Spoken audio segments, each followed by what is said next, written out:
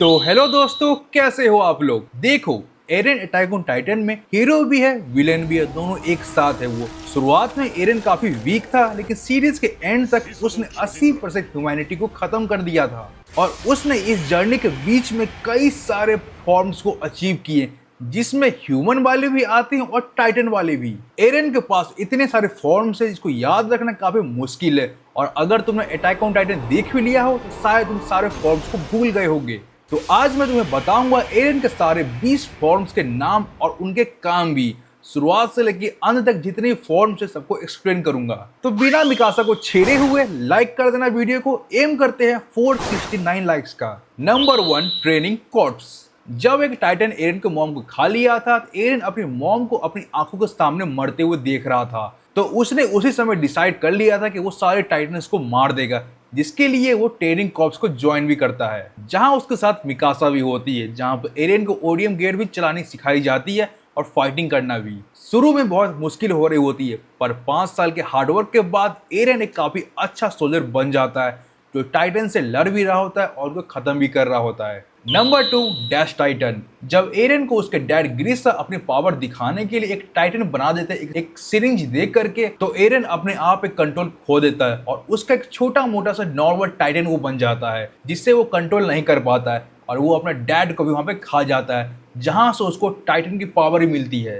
Number 3, uncontrolled attack Titan. जब एक Titan एरन को खा लेता है तो एरन उसके अंदर ही ट्रांसफॉर्म हो जाता है और उसका मुंह फाड़ते हुए अटैक टाइटन बनते हुए बाहर निकलता है। इस फॉर्म में वो सबसे ज्यादा पावरफुल था, लेकिन वो अपने आप को कंट्रोल में नहीं था। वो गुस्से में होता है, उसकी पावर काफी बढ़ चुकी रहती है और उसको सिर्फ एक ही काम था, उस टाइटन को मारना था। जब तक एरन की कंडीशन खराब नहीं होती है तब तक वो टाइटन को मारता ही रहता है, मारता ही रहता है। और इस फॉर्म में वो मिकासा को भी बचाता है। Number 4, attack Titan half form. जब एरन बेहोशी से उठता है तब वो देखता है कि सर्वे कॉप्स उसको घेर लिए हुए हैं, क्योंकि उन सबको ये लग रहा होता है कि ये बंदा डेविल है जो ह्यूमैनिटी को यहाँ खत्म करने आया है, कहे तो कोई और दुश्मन टाइटन है। जहां पे जब सर्वे कॉर्प्स एरन पे कैनन फायर करते हैं तब एरन ट्रांसफॉर्म होता है एक हाफ टाइटन में, जिसमें उसका पूरा स्क्रीन डेवलप नहीं हो पाता है और मसल सिर्फ दिखते हैं। और वो भाई उस वक्त वो काफी डरावना भी लगता है। ये पहली बार था जब एरन अपनी मर्जी से टाइटन बना था। ये तुमको काइंड ऑफ हाफ सुसानो जैसा लग रहा होगा। Number 5, attack Titan full controlled. जब एरन को अपनी पावर मिलती है तब वो इनिशियली कंट्रोल नहीं कर पा रहा होता है, बिकॉज वो चीजों को फोकस नहीं कर पा रहा था, अपनी पावर को कंट्रोल नहीं कर रहा था। वो यहाँ तक मिकासा को भी अटैक कर देता है, लेकिन जब आर्मिन की मदद से वो अपने आप को कंट्रोल कर पाता है तब वो सबसे पहले जाता है उस वॉल को सील करने के लिए, जहां पर एक बड़ा सा पत्थर उठाता है फुल बाहुबली स्टाइल में और टाइटन फॉर्म ले करके वो सील को बंद कर देता है। इसके बाद जब वो एनी से लड़ता है तब फाइनली अपनी पावर को कंट्रोल करता है, पर फिर भी वो वहां पे हार जाता है क्योंकि एनी ज्यादा ट्रेंड और स्किलफुल थी।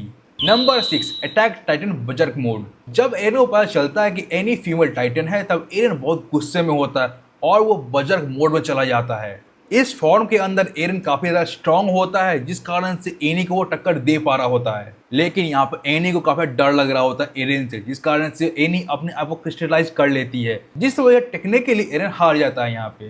Number 7, attack titan crystallization. जब रॉय एरन को कैप्चर करता है और एक केव में बंद कर देता है तब एरन एक्सट्रीम पावर लेता है, जो आर्मर टाइटन की पावर थी। वो इस पावर से अपने फ्रेंड्स को बचाता है और वो क्रिस्टलाइजेशन पावर पाता है। Number 8, founding Titan power.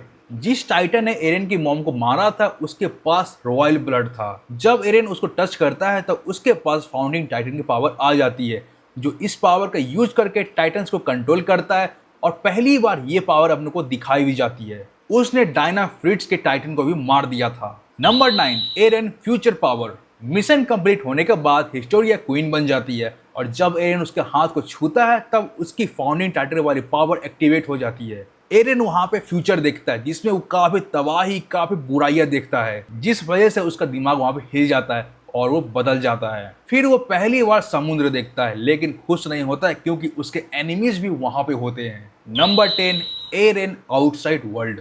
कुछ साल बाद एरन मार्ले में पहुंचता है, जहां के लोग काफी खुश रहते हैं और अपनी लाइफ को एंजॉय कर रहे होते हैं। लेकिन एरन काफी डिप्रेस्ड होता है क्योंकि उसका गोल था बाहर की दुनिया देखना, और जब वो वहां जाता है तो उसको वो मजा नहीं आता है। Number 11, Marley soldier Eran.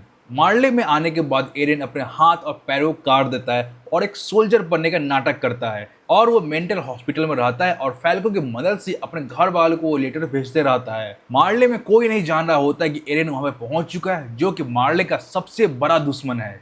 Number 12, एरेन declaration of war. जब मार्ले के लीडर्स वॉर डिक्लेयर करते हैं पैराडाइज आइलैंड से, तब एरेन वहां पर ट्रांसफॉर्म होकर के सबको मारने लगता है, सब कुछ तबाह करने लगता है, सोल्जर सिविलियन सबको वो मार देता है। जिसके बाद उसको रोकने के लिए वहां पे वॉर हैमर टाइटन आता है, लेकिन एरेन उसका कुछ बिगाड़ नहीं पा रहा होता है बिकॉज वॉर हैमर टाइटन एरेन से काफी ज्यादा पावरफुल होता है। फिर वहां पे एरेन के दो सर्वे कॉप्स आते हैं जो कि एरेन को वहां से बचा के ले जाते हैं, लेकिन फिर भी उसके बाद एरेन वर्सेस अपने को वॉर टाइटन देखने को मिलता है, जहां पे उन दोनों की काफी जबरदस्त फाइट अपने को देखने को मिलती है। लेकिन एरेन वहां पे वॉर टाइटन को ही खा जाता है और उसकी सारी एबिलिटी को अपने अंदर ले लेता है। अब एरेन यहाँ पर वॉर हैमर टाइटन का पावर को भी यूज कर पाता है। Number 13, fight to live. Marley पे अटैक के बाद एरेन पैराडाइज आइलैंड वापस चला जाता है, जहां पे सर्वे कॉप्स उसको जेल में बंद कर देते हैं, लेकिन वो वहां पे वॉर हैमर टाइटन का पावर यूज करके वहां से एस्केप कर लेता है। फिर वो फ्लॉस से मिलता है और डिसाइड करता है कि वो गाबी को ढूंढ लेगा।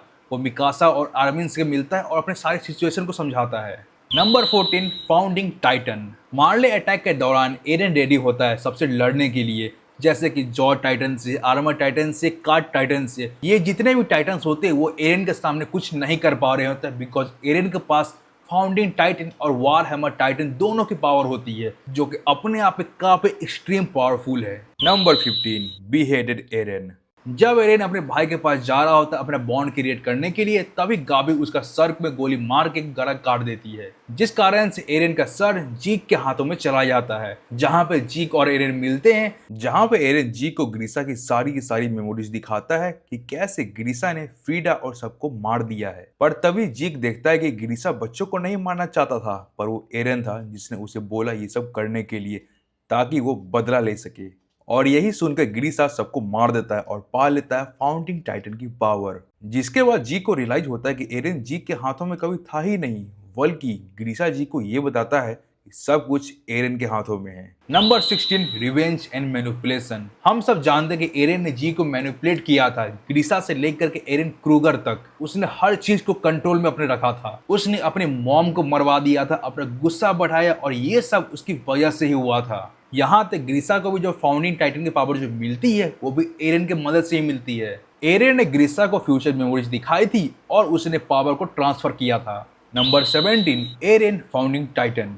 एरेन फाइनली फाउंडिंग टाइटन बन जाता है और अपना रंबलिंग स्टार्ट कर देता है। उसका बस एक ही मकसद था, मार्ले को खत्म करना है, जिसके लिए वॉल के अंदर जितने भी क्रॉसेस टाइटन होते हैं एरेन सबको एक्टिवेट करता है और सबको अपने साथ रंबलिंग में शामिल कर लेता है। एरेन एक एक कर करके सबको मार देता है, इंक्लूडिंग हांजी। वहां पे एरेन का कोई भी सामना नहीं कर पा रहा होता है। Number 18, एरेन colossal Titan. Founding Titan की पावर की मदद से एरेन ने आर्मिन की क्लोसल टाइटन वाली पावर भी ले लेता है। वो एक नया फॉर्म ले लेता है जो कि काफी हद तक क्लोसल टाइटन जैसा दिख रहा होता है, जहां पे उसके अंदर पहले से फाउंडिंग टाइटन की पावर होती है, जिसको कोई रोक नहीं पाता है। Number 19, arenes death.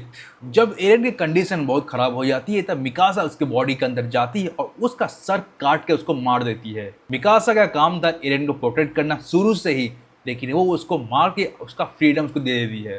Number 20, एरेन bird of freedom. ये बर्ड एरेन है या नहीं है ये अभी तक कंफर्म नहीं हुआ है, लेकिन ये बर्ड मिकासा को वहां पे लेकर जाता है एक ट्री के पास। मिकासा थैंक्स करती एरेन को। ये बर्ड एरेन के फ्रीडम का सिंबल है और अटैक ऑन टाइटन का एंड होता है यहाँ पे। बाकी चलो भागो, वीडियो यहीं दिखती। अगर वीडियो पसंद आई हो तो लाइक कर देना, चैनल को सब्सक्राइब कर लेना। मिलते हैं अगले में, तब तक के लिए सायोनारा।